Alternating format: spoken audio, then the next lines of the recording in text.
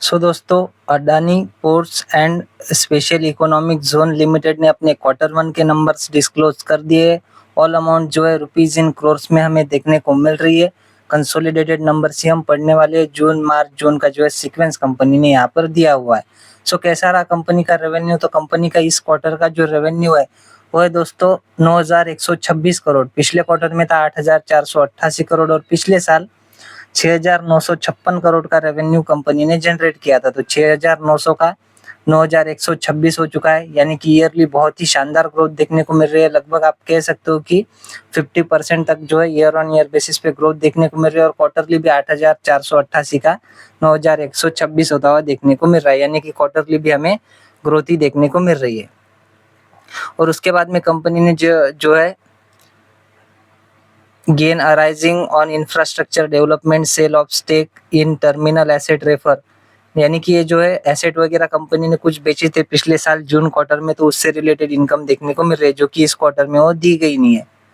उसके बाद में बात करें अदर इनकम की, तो कंपनी की ईयर ऑन ईयर बेसिस पे अदर इनकम कम होती हुई देखने को मिल रही है और क्वार्टर ऑन क्वार्टर बेसिस पे तो स्लाइटली जो है कंपनी की अदर इनकम अब देखने को मिल रही है। बात करें टोटल इनकम की, तो कंपनी की इस क्वार्टर की टोटल इनकम है 9,422 करोड़। पिछले क्वार्टर में थी 8,769 करोड़ और पिछले साल 8,054 करोड़ की जो है टोटल इनकम कंपनी ने जनरेट की थी।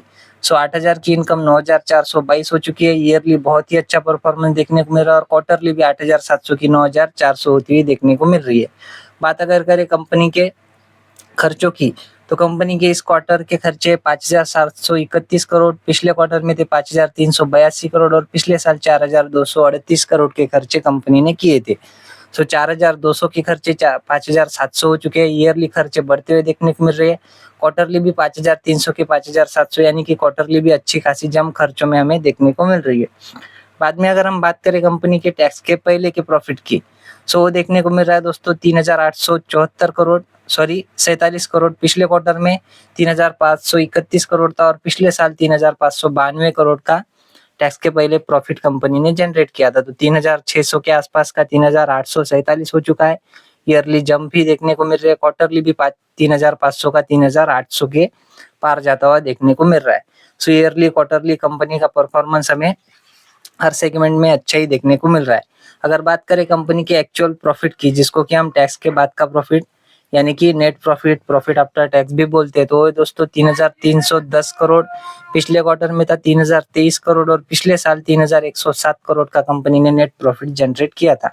3,107 का 3,310 हो चुका है। ईयरली जंप ही देखने को मिल रहा है। क्वार्टरली भी 3,023 का 3,310, यानी कि अच्छा ही परफॉर्मेंस देखने को मिल रहा है। जैसा कि आपको पता ही होगा, इस कंपनी को जो है अदानी की कैश काउ भी कहा जाता है, क्योंकि यहाँ से जो है कंपनी की लगातार इनकम होती ही रहती है। इस वजह से भी ये कंपनी बहुत इंपॉर्टेंट हो जाती है। बात करें ईपीएस की, तो कंपनी का इस क्वार्टर का ईपीएस है 15.34 रुपए। पिछले क्वार्टर में 13.95 था और पिछले साल 14.41 का ईपीएस देखने को मिल रहा था। 14.41 का ईपीएस 15.34 हो चुका है। ईयरली अच्छा परफॉर्मेंस, क्वार्टरली भी 14 के रेंज में चलने वाला 15.34 हो चुका है। तो ईयरली क्वार्टरली कंपनी ने बहुत ही शानदार परफॉर्मेंस दिखाया दोस्तों, जैसा कि कंपनी दिखाती है, क्योंकि बहुत बड़ी कंपनी देखने को मिल जाती है।